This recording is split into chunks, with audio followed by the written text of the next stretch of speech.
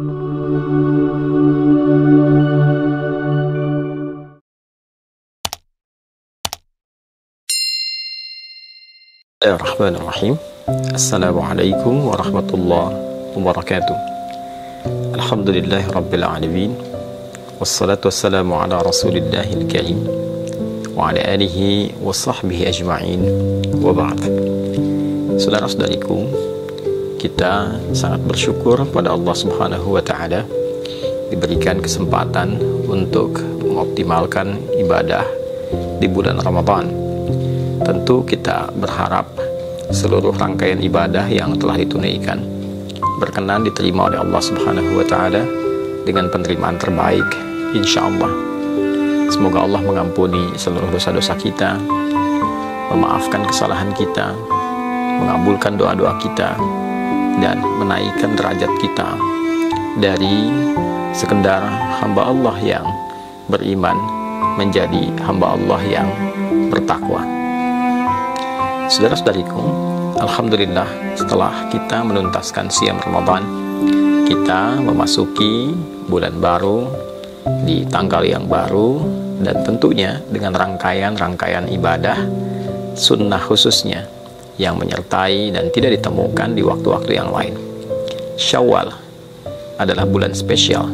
Saat hari pertamanya, selain melepaskan kita dengan rangkaian ibadah Ramadan, juga menghadirkan rangkaian ibadah sunnah-sunnah yang hanya ditunaikan di waktu itu saja.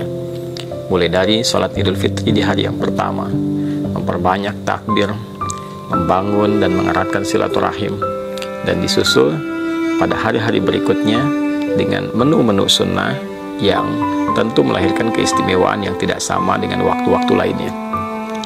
Alhamdulillah, ada satu informasi penting yang disampaikan oleh sahabat Abu Ayyub Al-Ansari radhiyallahu ta'ala anhu, yang informasi ini dirangkum oleh Imam Muslim rahimahullah dalam kitab beliau Sahih Muslim nomor hadis 1164.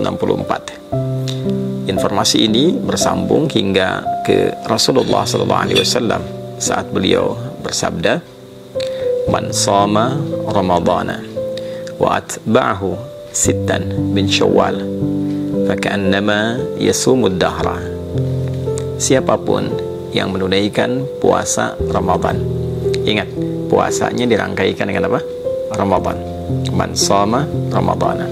Siapapun yang menunaikan puasa Ramadan, thumma atba'ahu sittan min Syawal, lalu diikuti dengan menunaikan puasa sunnah di bulan Syawal sebanyak 6 hari. Nah, 6 hari ini bisa dilakukan berturut-turut. Misal, Anda memulai, misalnya ada yang bahkan sudah di hari ini, di hari Senin, ada yang memulai di hari Selasa atau Rabu misalnya. Silahkan, bisa dilakukan berturut-turut. Kalau Anda mulai di hari Senin, saat ini sudah dilakukan misalnya, alhamdulillah, maka Senin, Selasa, Rabu, Kamis, Jumat, Sabtu. Ada yang melakukan di hari Selasa misalnya, ya, bisa Anda lakukan di Selasa, Rabu, Kamis, Jumat, Sabtu, Ahad. Ini yang berturut-turut. Tapi kalau Anda pun menginginkan waktunya terpisah karena ada kegiatan-kegiatan lain yang tidak bisa ditinggalkan, misalnya membangun silaturahim, ada acara halal bihalal yang mempertemukan banyak kalangan untuk mengeratkan kembali silaturahim, membangun ibadah sosial yang tingkatannya juga cukup tinggi, maka boleh dijeda yang kemudian Anda bisa dilakukan, misalnya kesempurnaannya sampai bahkan terbentang di akhir Syawal. Jadi jika Anda memulai misal di tanggal yang ketiga, maka 3, 4, 5, saat tanggal 5 ini misalnya ada satu undangan khusus yang tidak bisa Anda hindari, dan untuk menghormati itu ada hidangan-hidangan yang dapat dinikmati bersama, maka Anda bisa jeda dulu, lalu Anda lanjutkan di tanggal yang berikutnya. 5 misalnya jeda, 6, 7, 8 dan seterusnya sampai 6 hari. Atau juga mungkin di sela-sela itu ada yang terjeda, ya, yang penting Anda mengambil, tidak harus berurutan, ya, berurutan tadi dilakukan baik, tidak berurutan pun tidak ada masalah. 6 hari itu jika bisa dilakukan, maka faka'annama yasumu ad-dahra, Maka seakan-akan orang yang menyempurnakan puasa Ramadan ditambah dengan 6 hari di bulan Syawal itu, faka'annama yasumud dahra, seakan-akan dia menyempurnakan puasa sepanjang tahun. Ada sebagian ulama yang melogikakan dengan menghitung, dengan pendekatan jika kita menunaikan puasa di bulan Ramadan selama sebulan, baik 29 ataupun 30 hari, dikalikan setiap harinya 10 kebaikan. Dasar hukum 10 itu bisa diambil misalnya di Al-Quran surah yang ke-6 Al-An'am ayat 160. Man jaa'a bil hasanati falahu asyru amsalihha. Siapapun yang menunaikan perbuatan baik yang bernilai ibadah, maka dia mendapatkan padanan pahala. Setiap ibadah itu setidaknya 10 kebaikan. Ya. Jadi kalau satu pekerjaan baik nilainya paling sederhananya, paling kecilnya ada 10, maka dikalikan dengan 10 itu. 29 atau 30 hari dikalikan 10, maka didapatkan 290 atau 300. Lalu 6 dikalikan dengan 10, maka didapati 60. Jika Anda jumlahkan 290 tambah 60, ambil yang paling terkecil ya misalnya, maka mendapatkan 350. 350 ini kalau pendekatannya bulan Hijriyah, bukankah sangat mendekati hitungan setahun secara umum ya kan?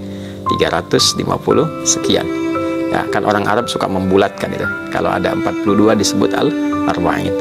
Ya demikian, ketika Anda misalnya menunaikan 30, dikalikan 10, 300 tambah 60, 360 ya. Nah, kalaupun dihitung menggunakan pendekatan Hijriyah ataupun pendekatan Masehi, tentu ini secara umumnya dinilai sebagai bilangan setahun penuh. Nah, itu yang dimaksudkan. Nah, yang kedua, ada yang sangat menarik. Orang-orang yang konsisten menunaikan ibadah Ramadannya, lalu dia menyempurnakan ibadah Ramadan itu dengan bersyukur pada Allah Subhanahu wa taala. Walitukabbirullaha ala ma hadakum wa la'allakum tashkurun, dengan meningkatkan ibadahnya.